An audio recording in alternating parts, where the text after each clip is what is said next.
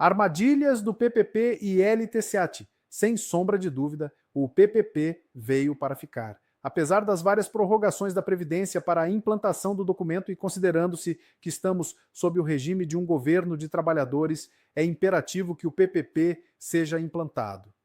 Infelizmente, a Previdência não tem tido argumentos para convencer a classe médica da necessidade das informações médicas no documento e tem preferido adiar a sua obrigatoriedade a divulgá-lo sem aquele campo.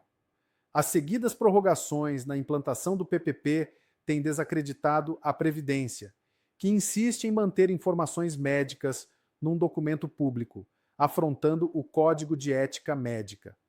O PPP, Perfil Profissiográfico Previdenciário, e o LTCAT, Laudo Técnico das Condições Ambientais de Trabalho, são exigências previdenciárias que, apesar de razoavelmente antigas, ainda não foram totalmente assimiladas pelas empresas. Ao contrário do que se tem divulgado, o PPP não representa instrumento de prevenção da saúde do trabalhador, eis que não contempla obrigatoriedade de ações para a eliminação ou neutralização dos agentes nocivos, como o PPRA, Programa de Prevenção de Riscos Ambientais, do Ministério do Trabalho.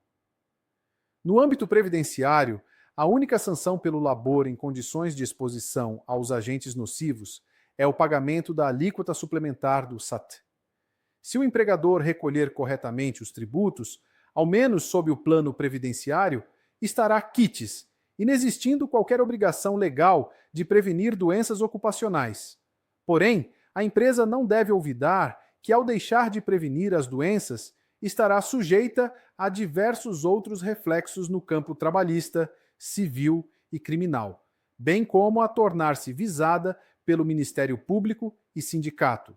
Com visível intenção de afunilar as aposentadorias especiais, a Previdência somente caracteriza como atividade especial aquela exercida sob condições de exposição aos agentes nocivos de forma habitual e permanente, não ocasional nem intermitente, inclusive utilizando-se de pleonasmo vicioso na redação da instrução normativa, como forma de reforçar a exigibilidade da exposição por toda a jornada de trabalho. Adicionalmente, o texto legal reforça conceituando agentes nocivos como aqueles capazes de causar danos à saúde ou integridade física do trabalhador, ou seja, se o agente não for capaz de ocasionar qualquer malefício, descabe a classificação como agente nocivo e, consequentemente, a caracterização da aposentadoria especial. O rol de agentes não é exaustivo, porém, a inclusão de agente não previsto legalmente tem de ser justificada no LTCAT. A comprovação da atividade em condições especiais é realizada por meio do PPP, que, por sua vez, é preenchido com base no LTCAT, sendo que este é assinado por engenheiro de segurança ou médico do trabalho, e aquele somente pelo preposto da empresa. A Previdência reserva-se ao direito de solicitar esclarecimentos à empresa, especialmente nas situações onde ocorrer dúvida acerca do enquadramento. Tal situação é costumeira para aqueles segurados com cargo de chefia, gerência, supervisão ou outro equivalente, onde pressupõe-se que os superiores exercem atividade predominante de coordenação de subordinados.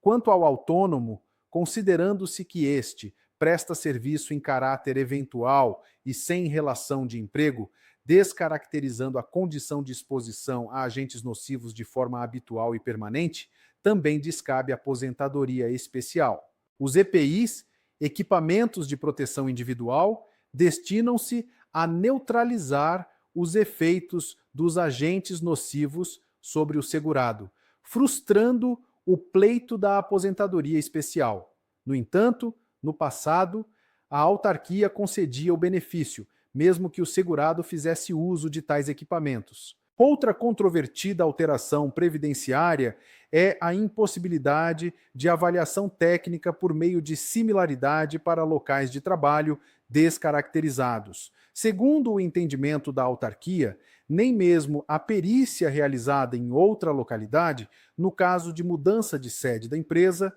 é permitida.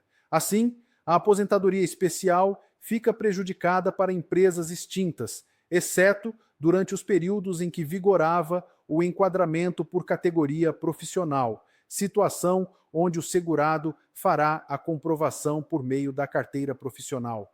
Para os períodos em que é exigido LTCAT, somente haveria a possibilidade de suprir este documento por meio de laudos emitidos pelo Ministério do Trabalho, através das delegacias regionais do trabalho, Fundacentro ou laudos periciais judiciais. Ainda que o segurado não complete integralmente o tempo de trabalho sob condições especiais, o período trabalhado é convertido e somado com o tempo comum, independente de qual seja o período, eis que a autarquia reconhece o direito adquirido.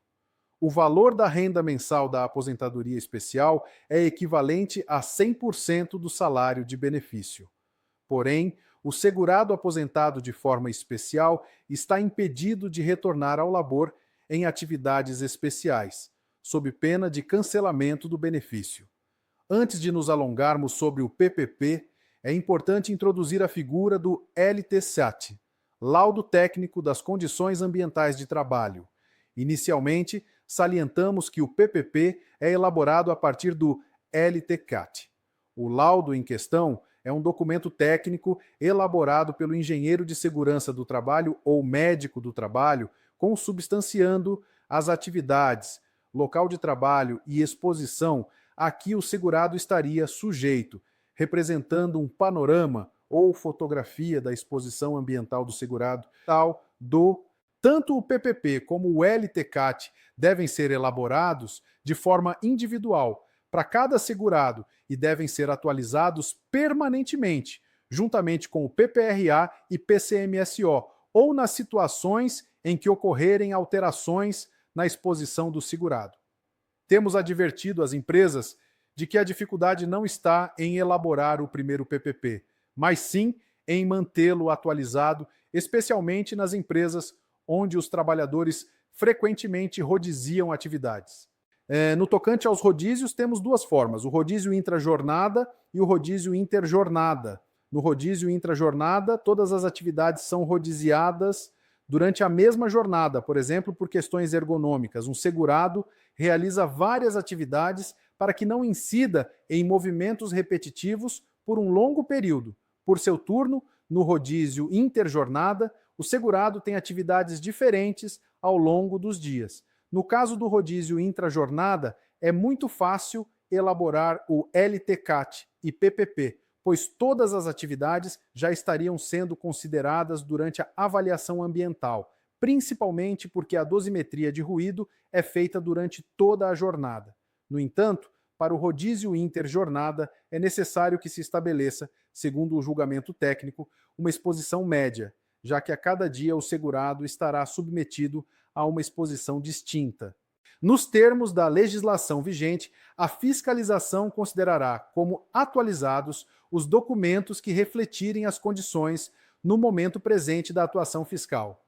O que temos recomendado às empresas é que, antes de trocar o segurado de posto, preparem a alteração do LTCAT e PPP, com vistas a evitar futuras aplicações de penalidades. Cuidado com as promessas de milagrosos softwares que garantem elaborar o PPP e LTCAT. Lembre-se de que o software, no máximo, pode gerenciar informações, mas nunca exercerá qualquer julgamento sobre estas. Assim, é infantil pensar que um saco de lixo colocado no computador resultará no PPP e LTCAT na impressora. É oportuno ressaltar que o software não é caro, mas a sua personalização para cada cliente pode custar muitas vezes o seu preço inicial. No PPP, há uma série de armadilhas nas informações de preenchimento, que podem ser sintetizadas em 4 itens: cargo, função e descrição das atividades, exposição aos agentes nocivos e codificação da GFIP, informações médicas e CATs emitidas, requisitos das funções e reabilitação profissional. A primeira armadilha está na consignação do cargo, função e descrição das atividades do segurado. Contradições entre cargos e atividades ficarão evidentes. A empresa ficará vulnerável a um pedido judicial de equiparação salarial. O torneiro mecânico que opera torno CNC terá um documento em mãos para provar suas alegações. A solução é corrigir todos os desvios de funções para prevenir ações trabalhistas. O lançamento do código da GFIP em razão da exposição dos segurados aos agentes nocivos constitui-se na segunda armadilha do PPP. Este código definirá as bases da tributação da empresa. Se não houver exposição dos segurados a quaisquer agentes, a empresa estará isenta da alíquota suplementar do SAT. Caso contrário, sujeitar-se-á a custear a aposentadoria especial dos segurados que submeter aos agentes nocivos. Nos termos da legislação aplicável, os agentes nocivos podem ser neutralizados mediante implementação do uso dos equipamentos de proteção individual ou medidas administrativas, rodízio, particularmente no caso de calor. No entanto, é preciso que se assegure de forma técnica, e não somente legal, que tais EPIs ou medidas estão realmente neutralizando os agentes nocivos. A terceira cilada do PPP refere-se ao confronto entre as informações médicas e as CATEIs emitidas. Todo acidente ou mesmo doença relacionada ao trabalho deve ser notificado por CAT. Se o campo Informações Médicas detectar desencadeamento ou agravamento de moléstia relacionada ao trabalho, deverá haver a correspondente notificação no campo CATs emitidas. Finalmente, o campo Requisitos da função é o quarto ardil apresentado no PPP. Deve-se ressaltar que entende-se como requisitos da função os atributos físicos do segurado para o bom desempenho de suas tarefas. Algumas empresas têm manifestado receio quanto ao preenchimento deste campo, visando a descaracterização da discriminação. Porém, temos recomendado que estabelecer os requisitos da função não discrimina trabalhadores, mas apenas seleciona empregados verdadeiramente aptos, do ponto de vista físico, para exercer uma função. Além do que, tal campo servirá como indicativo à reabilitação de eventual segurado acidentado. A partir do momento em que não houver qualquer informação lançada naquele campo, presume-se que não há requisito para o exercício da função, podendo o acidentado, ainda que com redução da capacidade laborativa, retornar à sua função original. Se você gostou deste vídeo, inscreva-se no nosso canal, deixe seu like, compartilhe e comente. E claro, segue a gente também nas redes sociais vizinhas para continuarmos trazendo conteúdos como este. Até a próxima!